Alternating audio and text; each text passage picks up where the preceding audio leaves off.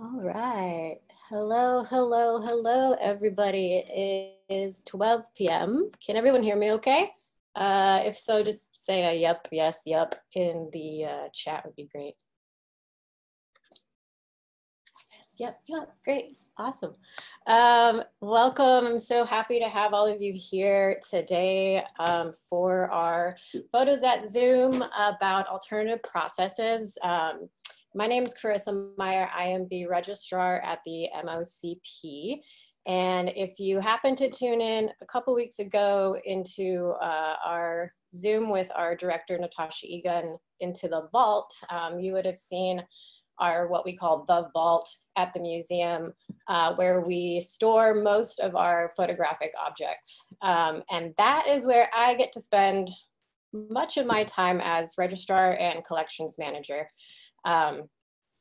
where I get to organize works, put them in the database, condition works, which means checking them for damage, and just general care of the collection, which has now reached over 16,000 photographic objects, which the museum started collecting over 40 years ago. So it keeps getting bigger and the photographs keep getting larger. So it's a cool job.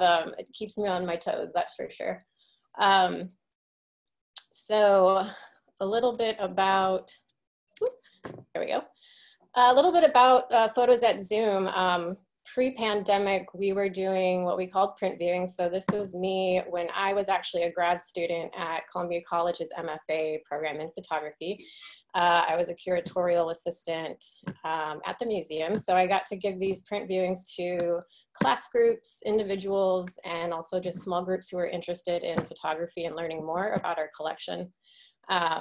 Unfortunately, because of our current situation in the world, we aren't able to show you the real photographs in person, but we are able to talk about some of our highlights and some of our really exciting pieces that for me, the alternative process is like where I really get to geek out and share some of my excitement about photography as an appreciator of artwork, but also as an artist myself.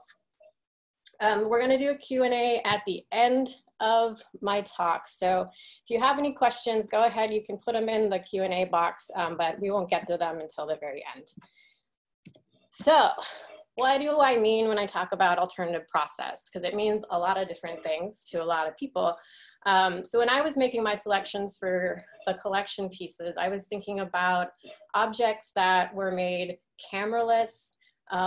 Maybe they were used with mixed media, perhaps non-traditional chemicals, and also 19th century processes. So what we're looking at here is a salt print by William Henry Fox Talbot, which is unfortunately not part of our collection. But I'm putting this in at the start to kind of place us back in history in the 19th century when photography was in the invention and experimentation, and there wasn't a lot known about it. And so these inventors like Talbot were just trying different things out, and he invented the salt print and also the calotype, and he also patented the photogravure. So he's kind of one of those big names in photo history. If you're a photo history 19th century buff, he's someone you probably already know about.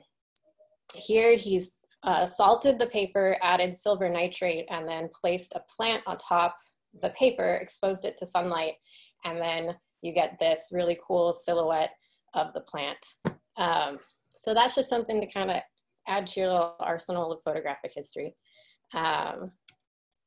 So I'm starting with this photograph in our collection for a couple of reasons.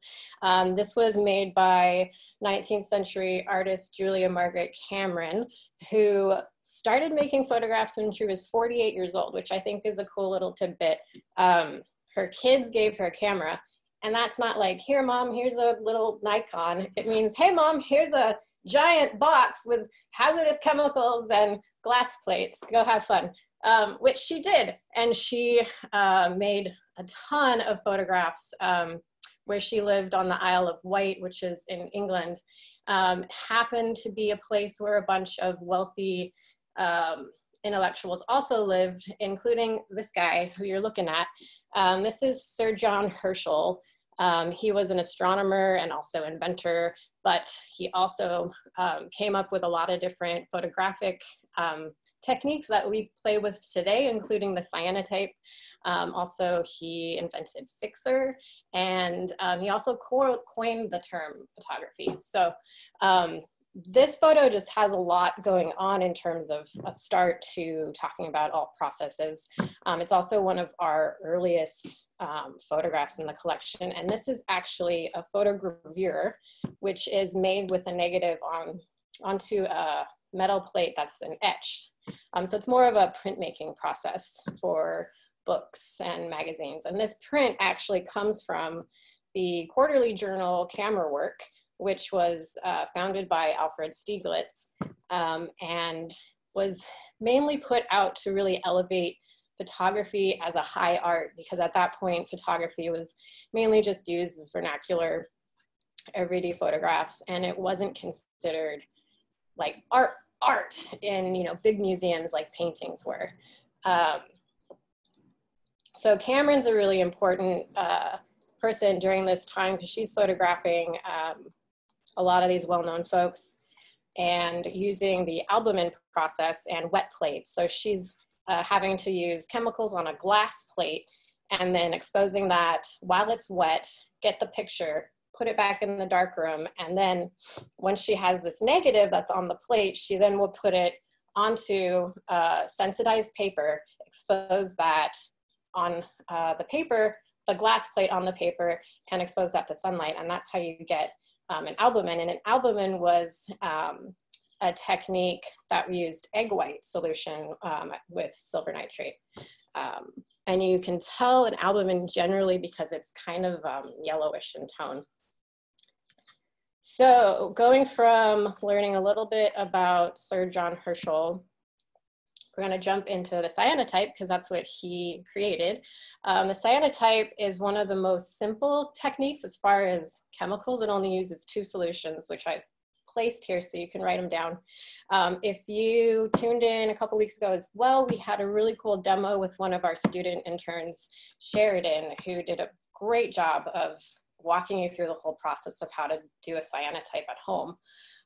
So if you want to learn more about cyanotype, jump back into the mocp.org and check that out. But these chemicals are iron-based, and when they're mixed together and painted atop watercolor paper usually, and then used as a contact print with objects placed on top of it, you get something like this.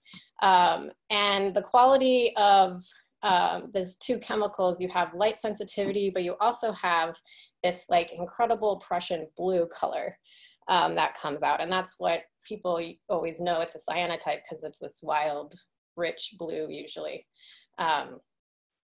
It was used a lot in the later 19th century for vernacular pictures, but then it fell out of fashion and was used for architecture. So that's actually where the term blueprint comes from.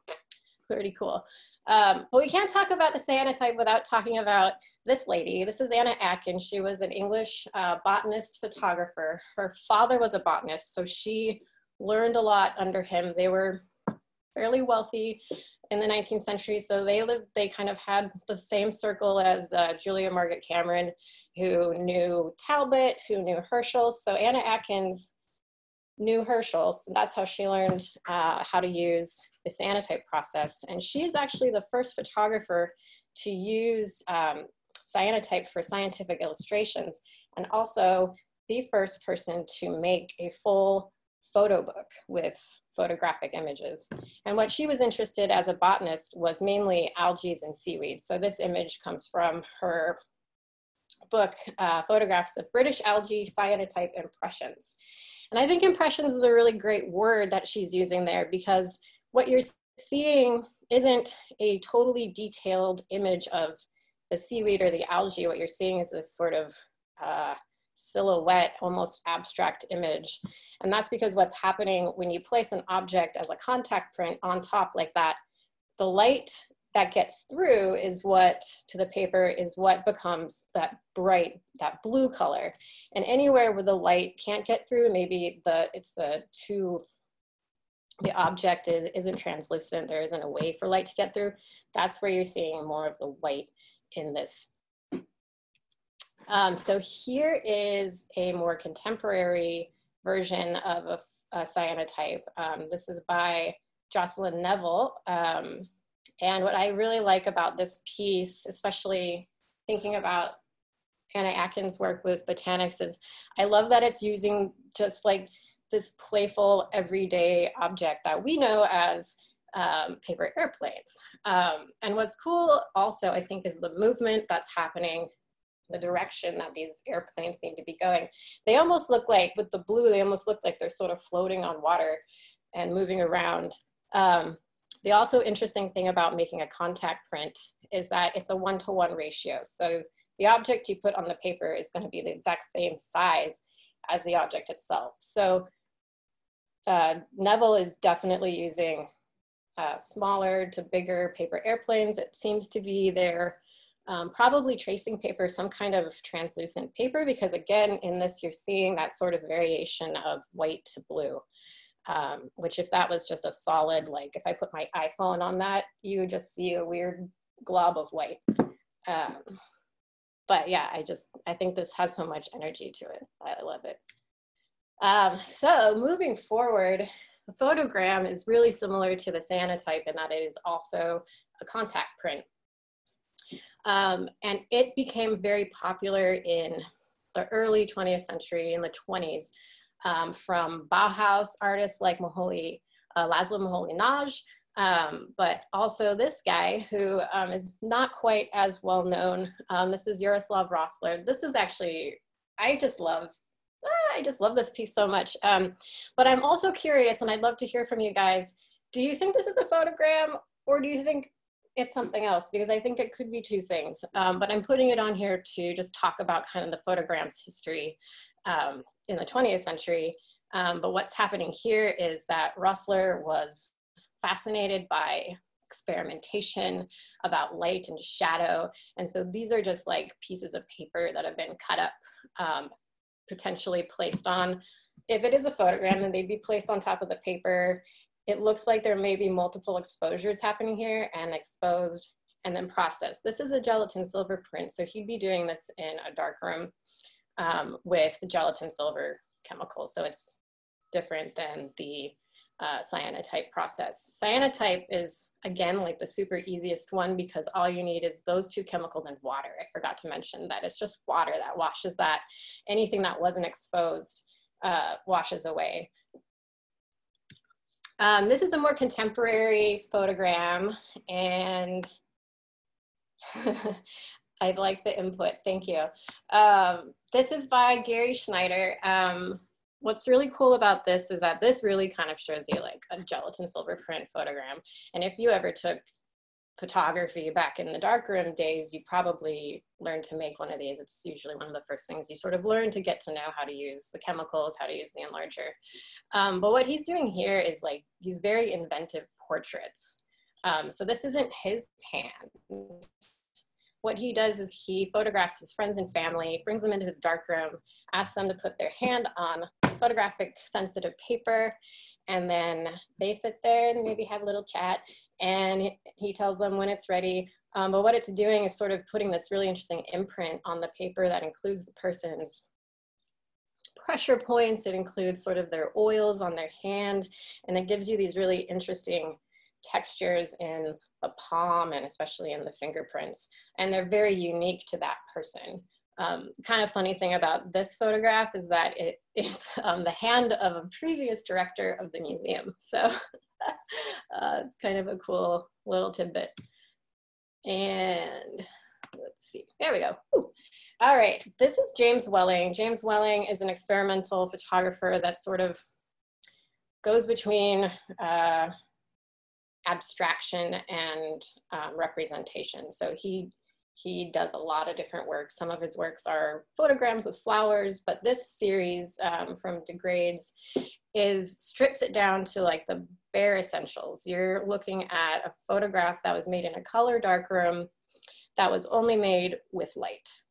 Nothing else is happening here besides light and a color filtration that he's using in his enlarger. the thing that's interesting about working with chromogenic paper is that it's super sensitive to light. So you can't have any light when you're in the dark room. So you're in total darkness. So you're really working with sort of your intuition and also maybe a little bit of planning of like, where's my paper? Where's my like little dodgy tool that's gonna kind of make this in the center. You see that center line is sort of fuzzy, and that's kind of because he's using like something to cover up the different sections where you see the different colors. What's cool about photograms is, in a way, they're like the most real photograph because they're of the object. They're not looking through like a window, like Tchaikovsky calls, you know, photography is looking through a window, and this isn't looking through a window. You're actually looking, it is the object that you're looking at. So there's this really interesting reality that even though this seems so abstract, it's actually one of like the most real kinds of photographs. And it's super cool. So the different filters would have to be sort of the opposites of the colors. So what he's seeing probably in the darkroom is going to be opposite on the photographic like color spectrum. If you tuned into our color theory, I think Dylan maybe talked a little bit about that. All right, so we're still in the sort of realm of the contact print, but now we're switching gears and we're going to talk about something super cool, chlorophyll print, which was created by this person here. I just wanted you to take a look at this before I like put up too much information and just like, let's look at, see what you're seeing. Well, take a little quiet moment. It's beautiful. This is made by Binh Danh. He's a Vietnamese American who's interested in the impact of war on landscape, but also war as a memory. And so what he's doing is he's using found photographs from Vietnam and the Cambodian killing fields, making negatives with that, and then placing those negatives on top of plants. So we're not talking about photosensitive materials, we're talking about photosynthesis and the reaction of light with chlorophyll. So by putting a negative on top of a plant and then exposing that to sun, and he does these exposures for like weeks to months. It's a very long process. You will actually get the impression of that negative because that's the areas where the chlorophyll is blocked, creates these sort of different tones of color.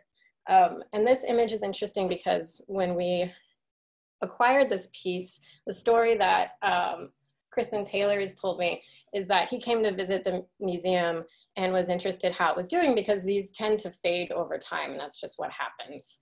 And they're situated, these are small pieces. They're only, and they're filled with resin. So they're sort of sealed in the frame.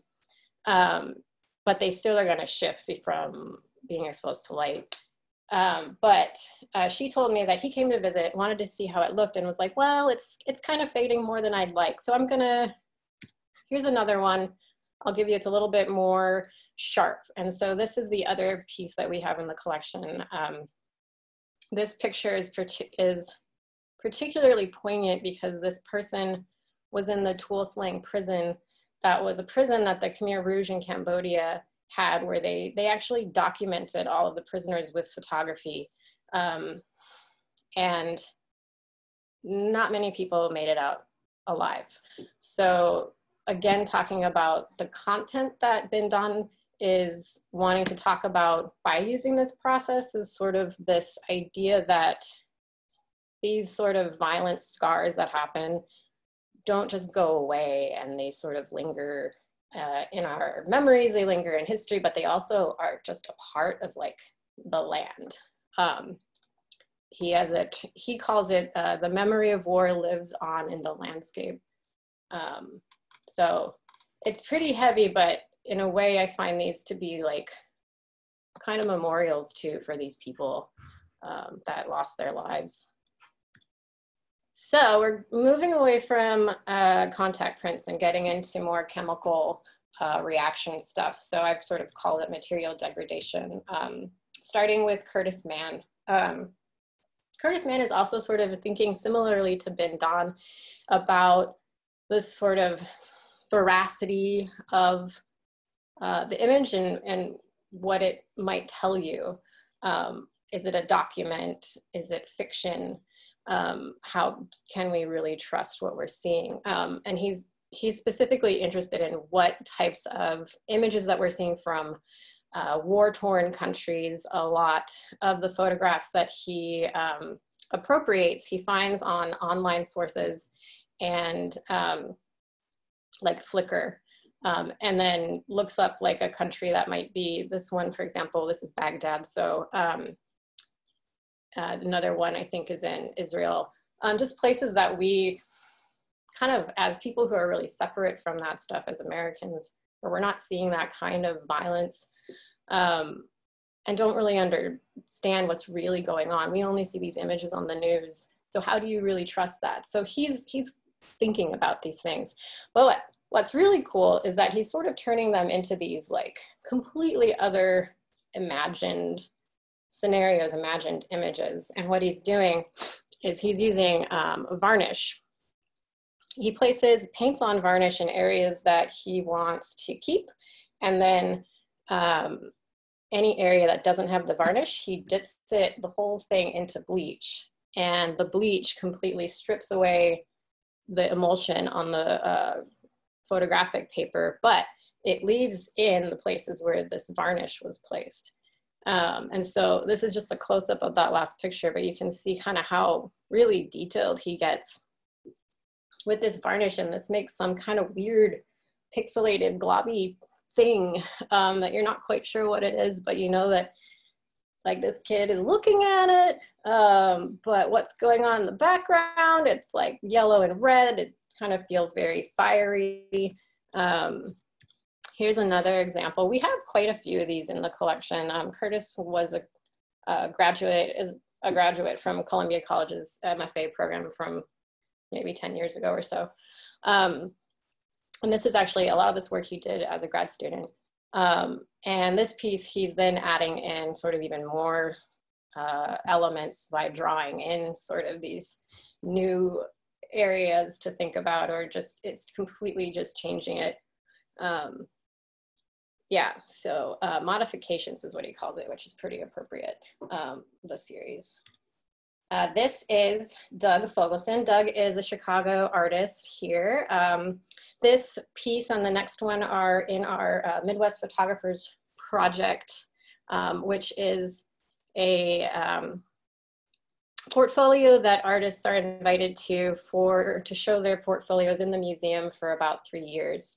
And so we've had this work of Doug's, and he's doing something similar with chemicals, but totally different like mindset. So Doug is thinking about sort of the relationship between the natural world and the human impact and what we're doing to nature, the destructive things we're doing to nature. So he's going on solitary walks at nature preserves with his camera. He's using positive Fujifilm and taking pictures of just what he's seeing, sort of going on, you know, it's sort of spiritual, quiet to be out, you know, somewhere beautiful like that. But then what he's doing is taking that back to his studio, and he's immersing his film in corrosive chemicals. And so it's sort of doing something similar as the bleach is doing in Curtis Mann's, but it's totally stripping away at some of these areas, and it's leaving some in maybe where it didn't hit the film, but the film's emulsion is completely like unraveling, and you can see kind of all the little specks that are happening. And what's interesting is that these become really beautiful pictures.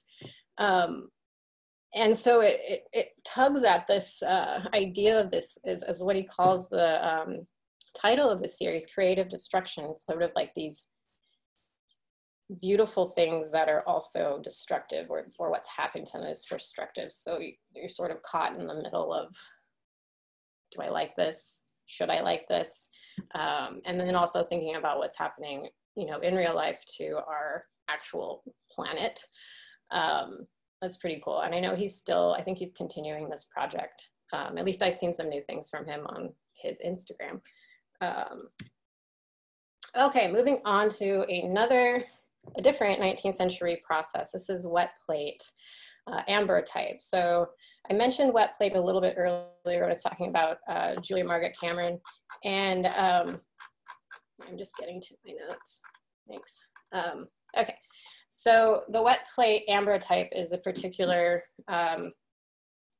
type of wet plate where you are using a glass plate.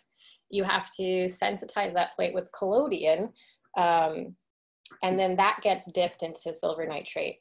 You have to work really quickly when you're using this process because if the chemicals dry out, it won't work. So that's why it's called wet plate, is that you have to put it in your camera that's fitted exactly to your plate, expose your picture, take your picture, get it back in the darkroom, and then develop it in Developer and Fixer. And then you get these really wild, beautiful pictures on glass.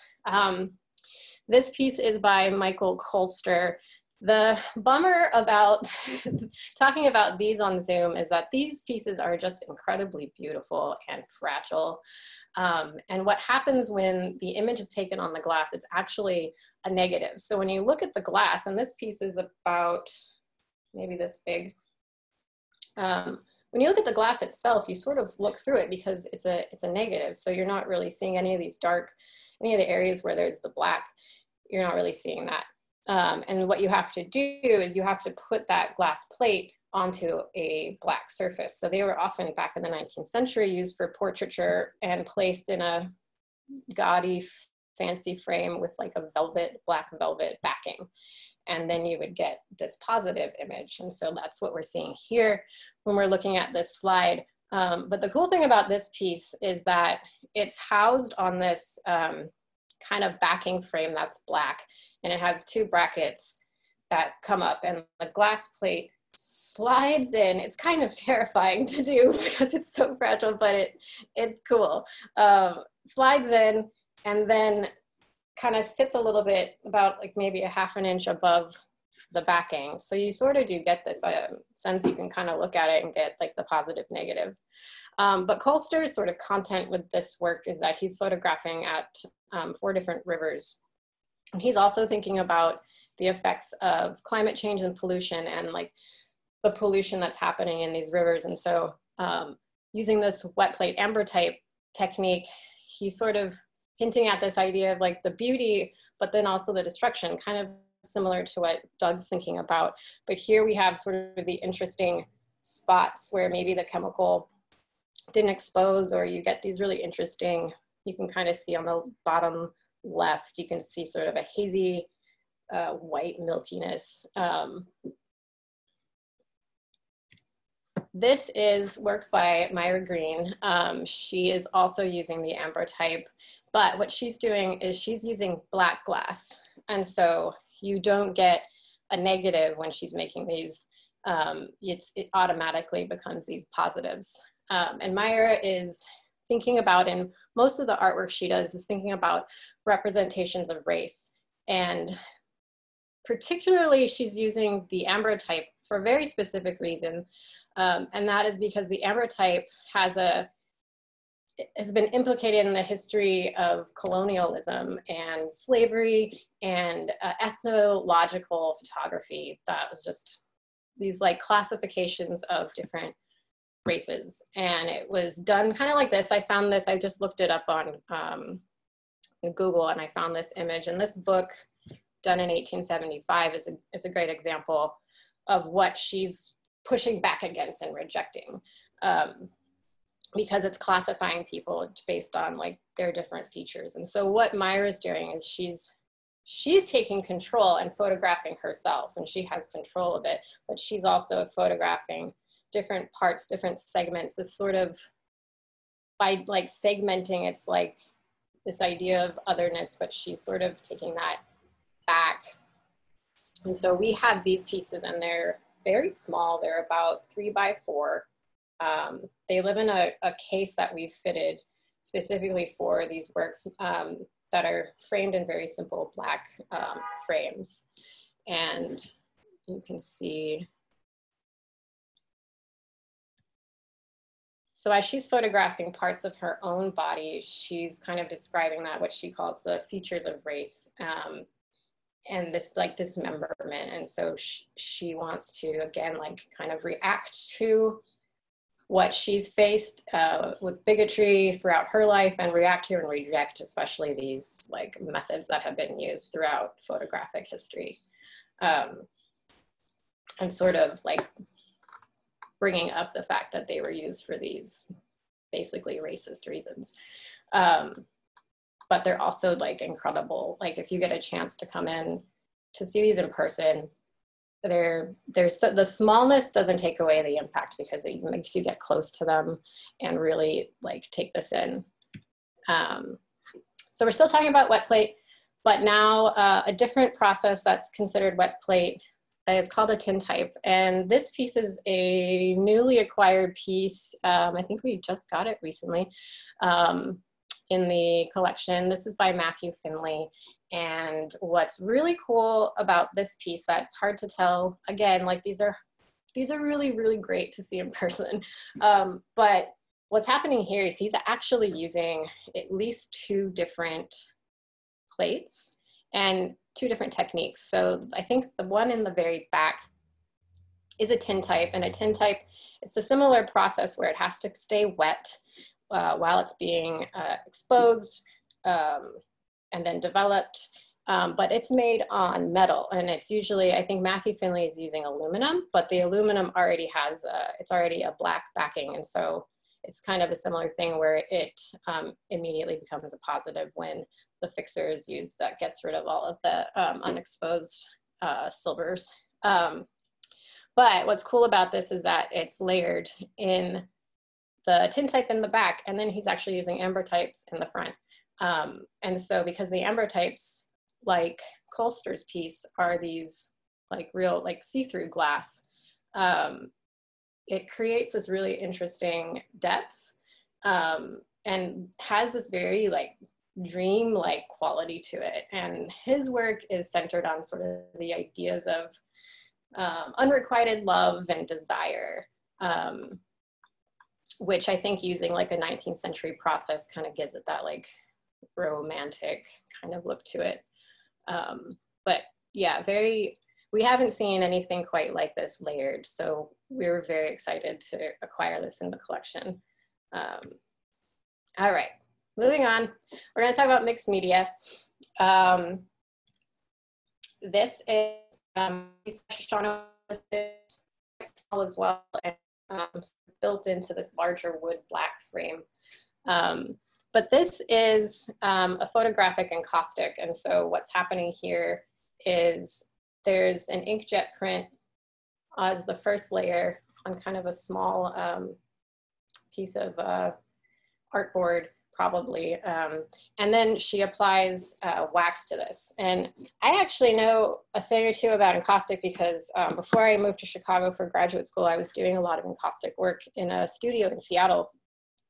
And so I just want to give you a quick little history about encaustic. So encaustic comes from the Greek enkaustikos, which means to heat or burn. And that's because you have to use wax melted and hot.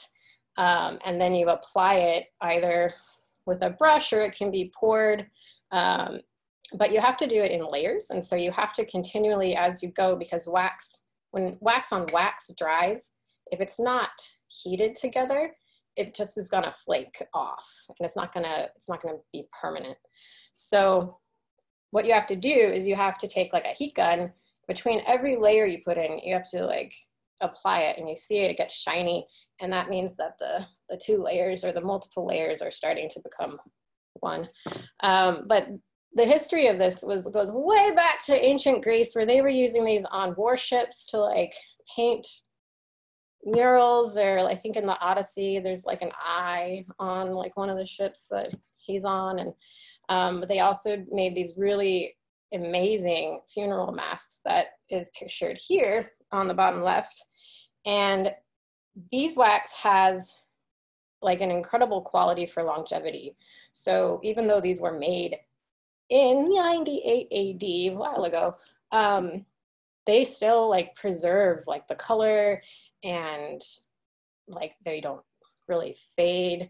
I think you can see these at the Met. I think a couple of years ago, I did see some of these. Also, then you fast forward to mid-20th century. Here we have a familiar piece by Jasper Johns, which was just used with encaustic and newspaper. But this is just a little background on encaustic. So Shoshana White, coming back to the photographic encaustic, she's using wax. You can kind of see maybe a little bit more in this one.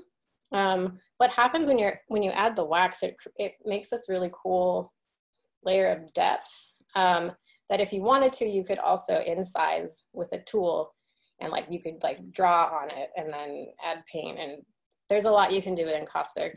But what she's doing is sort of a little bit more simple by just applying the wax. And it looks like on this one too, there's areas where she's got, you know, there's some probably oil paint as well, because you can use oil paint pigment to make the color.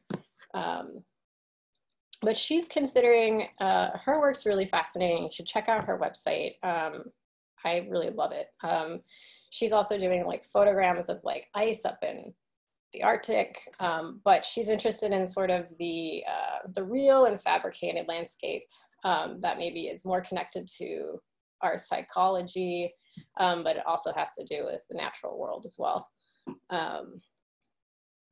Pretty cool. This is a sort of a series piece by Lorna Simpson called 9 Props.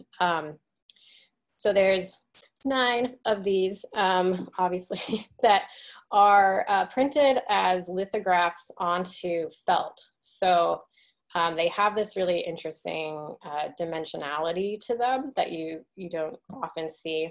And Lorna Simpson is interested in identity, race, and gender through visual clues. And so in this, she is referencing portraiture, actually, but she's placing, in place of actually photographing people, she's using these black vases, which when she was on a residency in Seattle at this glass blowing school called Pilchuck, she had the artisans there make her these replicas, these vases and bowls that were replicas that were used in the photographs by James Van Der Zee. And this piece is in our collection as well. And James Van Der Zee was a photographer that was living in Harlem in the sort of early 20th century. This was made in 1924. He's photographing people in his community in Harlem. And he's often putting in these sort of elaborate backdrops and props. And I don't think there's a vase in this one, but what she's doing, she had the vases that did appear in other photographs by Van Der Zee and had those replicated. And then she photographed them. And then she put them onto a lithograph, onto felt. And then she added this text, which the text is her own explanation of what was happening in the Van Der Zee picture. And so I put this on here. This is actually there's a really great article that Teju Cole wrote. You should check out about Lorna Simpson's work. And he had this specific piece highlighted. So thank you, Teju, for having that article. But you can read the text that she has in there. But what's interesting about what she's doing is she's not making anything obvious in her work. It's all very suggestive. But when you really look at it and you think about the photographs that she's taking from, the community she's taking from, and the black vases, she's talking about race, she's talking about, in a lot of other work, she has another series on felt that's of hair. So she's thinking about gender as well in that work. Okay, pinholes. So a pinhole camera, for those of you guys who don't know, is a very simple way to make a photograph. If you happen to watch another one of our In Studios with Vera Luder, she makes these amazing, gigantic pinhole camera pictures of usually architecture. that's like in a camera obscura. But what I want to talk to you about today is one of my favorites by Anne Hamilton. And I just want you to look at it for a minute. Just try to like figure out what you're seeing. Because it's, at first you're kind of like, what's going on? That looks, the shape that we're seeing with the light coming through, it kind of looks like an eye. But what she's actually doing in this series called Face to Face is she's taking a pinhole camera, a very, very small one with film, and putting it in her mouth, closing her mouth, and then she decides with her mouth shut, what's she going to photograph? In this case, it's her at her writing desk. So you can see her left hand and her right hand with a pen in it and a paper. And she's using her mouth as the camera, as the aperture. So when she opens her mouth, exposes light, then she has to close it and then go into a dark room, take it out and develop it. And here we have this really interesting picture. So in this series, Face to Face, she would make pictures of portraits of people she was seeing, landscapes, or like more intimate interiors like this one. And thinking about the connection between our eyes in photography and how we're using our eyes and looking, and our mouth with speaking, and how she's sort of mixing that all up by putting this image maker into the place where you make noise. And Anne Hamilton is kind of lesser known for her photography because she's a really prolific conceptual artist with installation work and performance. But this particular series is really, really cool. If you go look this up, you can see like a lot of ones, excuse me, a lot of other ones that she did. Okay, so I'm gonna stop with this last one, which is actually, I think, my very, very favorite photograph. It's hard to say what my favorite photograph is, but I think when I first started working here, this was definitely one of them. Anyway, so this kind of gives you a clue about what this is about. But this is a photograph by Alison Rossiter. The title tells you a lot of information that this piece is about. You might wonder, what are you looking at? What is it? Okay, I'll tell you. So she's really interested in the photographic archive, in the photographic history, and she collects photographic papers, gelatin silver print paper from 1900 and later.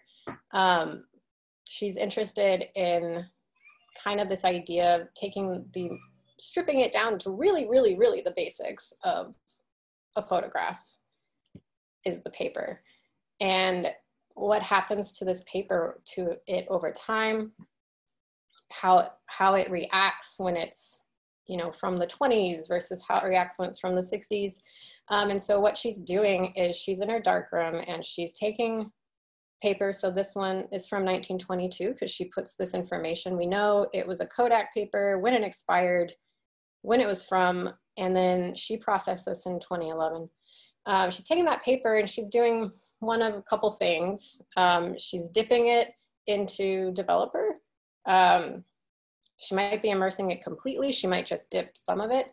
And then she's dipping it in the fixer. The stop in the fixer kind of goes through that, you know, your different tray process when you're working in a black and white darkroom. And what's happening is that the paper, when it's developed and fixed, is that you start to see sort of the history of this paper. Was it exposed to light? Are there light leaks on this? Was it exposed to moisture and humidity? Is that mold, which in this case, I believe this photograph has mold on it. And it's just making this huge archive. I think she had a show recently in New York as well of some of these photographs. And she just collects and collects and collects all these different paper. And there's no camera involved. There's not even light involved. So this gets like even more down to the basics than like what the photogram's doing. And they're really, really interesting because they're all going to be super different. Sometimes she doesn't even put them in a developer. Sometimes she just puts them straight in the fix, sees what happens. Sometimes nothing happens. Sometimes it was totally exposed, so it turns black. All kinds of things. So it's like, it's a surprise every time, which I think for her is like the joy about making a lot of this work. Is like why so many of us artists love 19th century processes. We love getting our hands into things. We love using chemicals in darkroom, because that like magic that happens when you're making photographs, that personally I don't really feel that same when I'm making something with a digital photograph, but that's just me.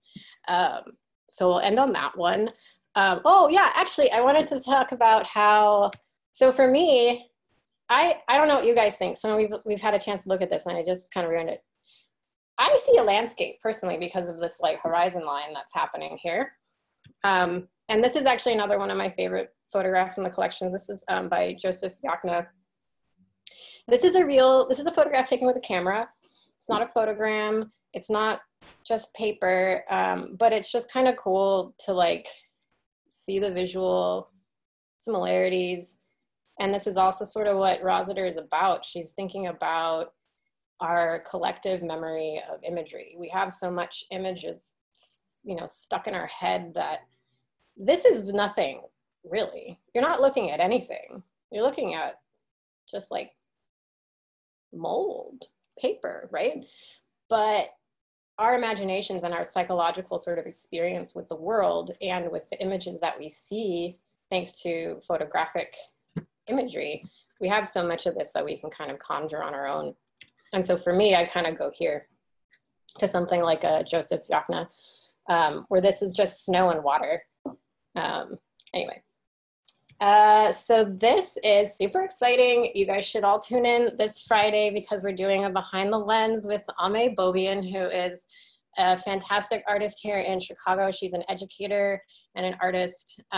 This image here is actually from the museum, the MOCP, during our 40th anniversary show. And Ame did this really amazing sculptural photographic piece that scaled the stairwell. It was these like wild photographic nests are here on the left. And so she's someone who is, I would consider, also sort of doing the alternative process by really pushing what we think a photograph is. And she will tell you all about it. And her studio is super rad. So you should definitely check that out. Okay, ready for the Q&A. These are some of my favorite cat pictures in the collection. These are by Helena Chaplin Wilson. And they're an iris print, which when I looked up, I didn't actually know what an iris print was. But it's actually just the printer that isn't used anymore, but there is a printer called an iris printer. So that's just a little tidbit there. Okay, so I'm just pulling up our chats. So somebody asked at the very beginning of this, Mary, I don't think pronounce your name right, Croach, sorry. We're gonna answer this live. She asked, I am looking for some organic, non-toxic toning recipes for cyanotypes. Any suggestions for sourcing? So in my experience, I've actually used, and I hope I'm answering this question correctly, I've used things like coffee and tea bags for toning. If you soak, after you create your cyanotype and you've got it, it's blue, it's done, it's dry, you can actually soak it in like water and coffee grounds.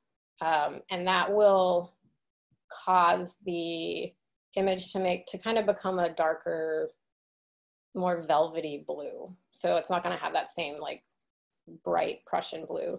So hopefully that answered your question a little bit. Otherwise, if anyone else has suggestions, feel free to write them in the chat.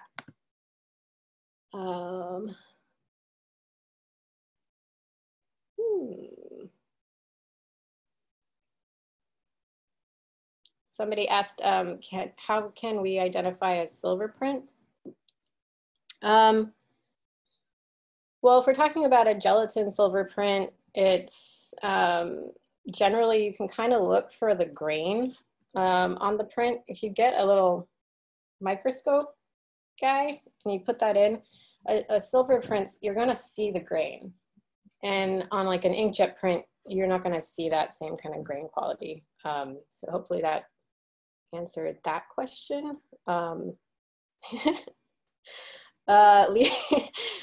Any ballpark on the density of cat photographs in the collection? This is a great question, Levi Shand, I know you. So there actually are quite a few cat photographs in the collection. I happen to have a folder that I keep every time I come across one. If anyone wants to know, I'm happy to share. We even have the photograph, I'm like blanking on the photographer's name, but it's the one where Dali is jumping and all the like tables are in the air and the cat is flying across.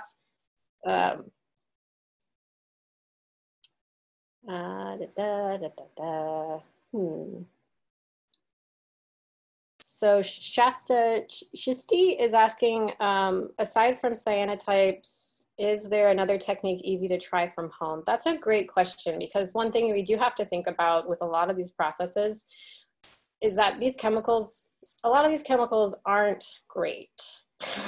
And a lot of these chemicals we don't really use anymore. I didn't show any gum bichromate photographs. We do have some in the collection, but like I know that that process is highly toxic and isn't, I know that they don't teach it at Columbia anymore. And I don't know about other schools if they teach it, but that is definitely something to consider when you're looking into doing these. You want to make sure you do your research well on the chemicals,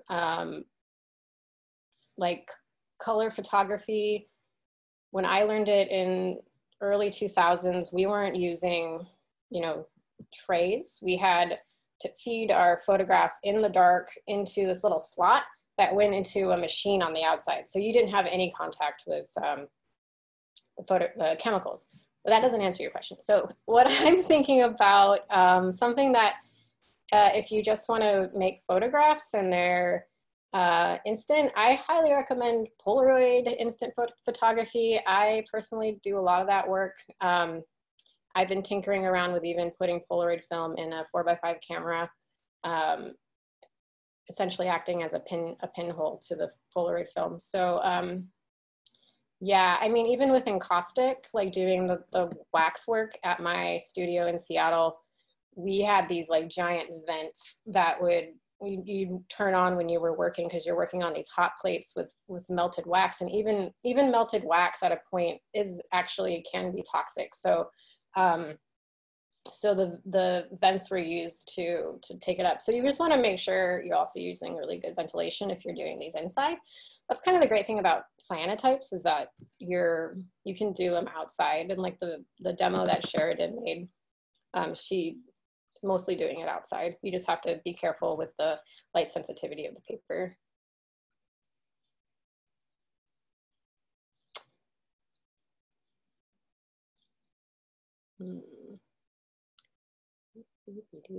Sorry, I'm just looking through.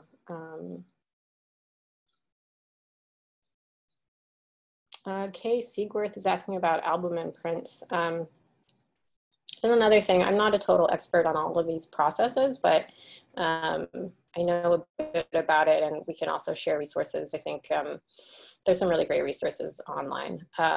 So for albumin prints, is the silver in the albumin, or is the albumin used solely to smooth out the look of paper fibers with an additional layer of silver on top? Okay. So yeah, so what you do with an albumin is you make a solution of just egg white. You brush that on your paper first, and it kind of makes this like glossy look. And then I believe you put the silver nitrate over that. So it's sort of a two process thing.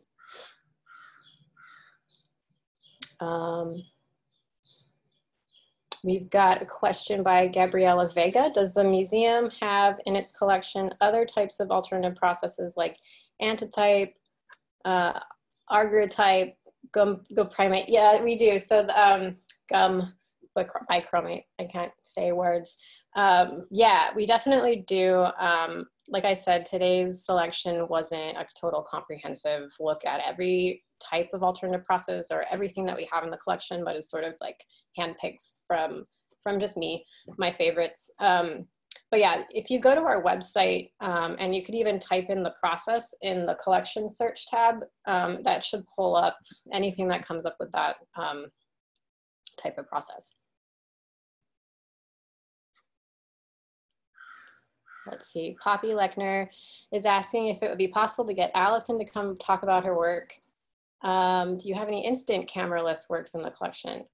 So that would be rad. I'm sure that we can probably put the ask out. I don't know, but I would love to hear from Alison about her process, absolutely. Do we have any instant camera-less works in the collection? So if you mean instant by like a Polaroid, we do have Polaroids, but I wouldn't call them cameraless.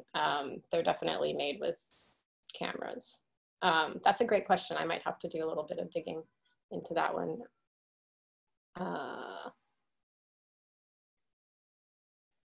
Talia Azriel is asking, how do you preserve photographs that are new alternative processes? Do some of them eventually fade and it is part of the artist's intention? Oh, like the chlorophyll prints.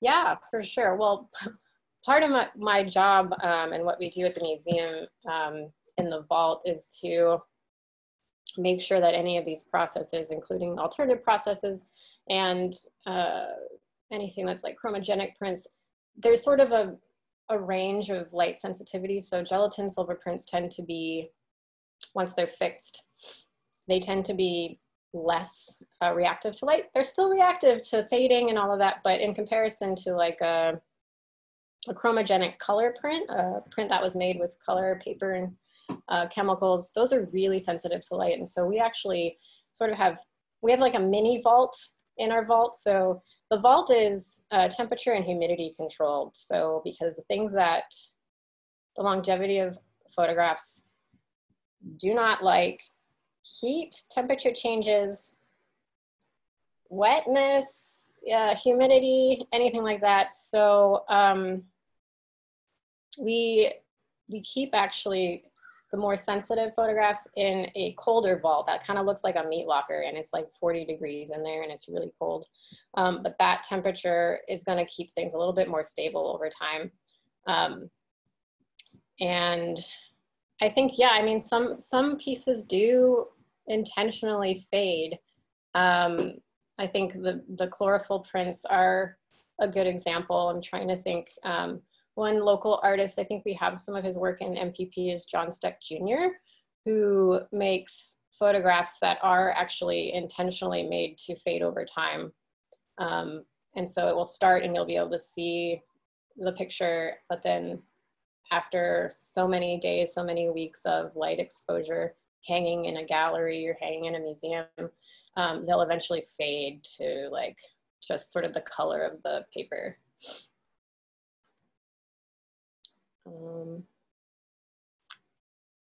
Gregory Ross asking, does the museum have a collection of salt prints? We don't have a ton, I don't think, of salt prints.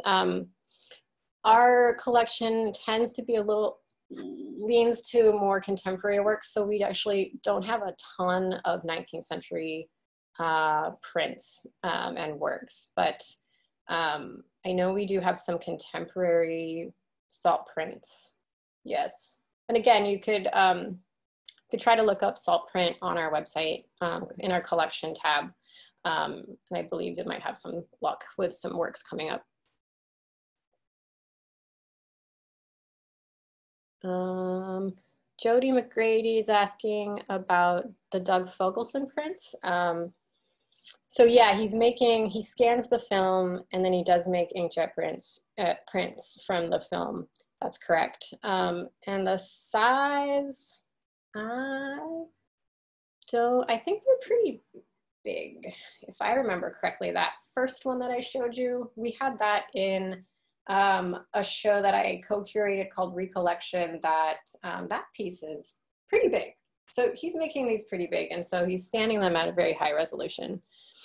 Yeah. Poppy Lechner, another question asks, are Bindon's works like objects being set in resin? How do you photograph them to not show the resin and only plant material? So the Bindons are the plant itself, the actual plant is set into sort of this frame, and then liquid resin is poured in there, I'm guessing. I've used resin before, and that's kind of how you have to pour it in as a liquid, and then it sets. And so that resin is gonna pour in and create this protective layer that's probably, in these pieces, it's probably an inch or so thick. And that's gonna protect that from any, you know, dust and chemicals, and a little bit probably from temperature, but it's not gonna protect it from light. And so, yeah, that's definitely gonna fade over time.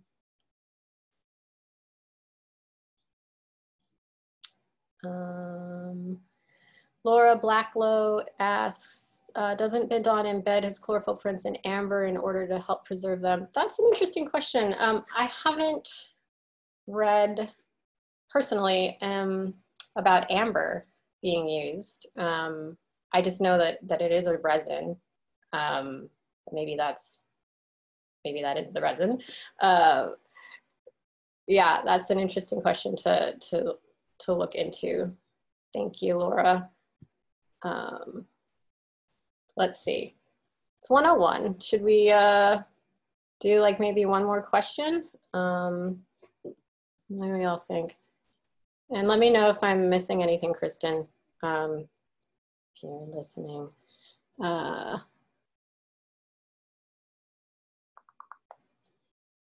So I'll answer this one by Mary Carmen Barrios. Besides those using pinhole cameras, are there other artists in the collection who make images with self-made cameras? I'm thinking of Chris McCaw's Sun Scratch works. Yeah, Chris McCaw's work is super cool. We don't have his work in the collection. But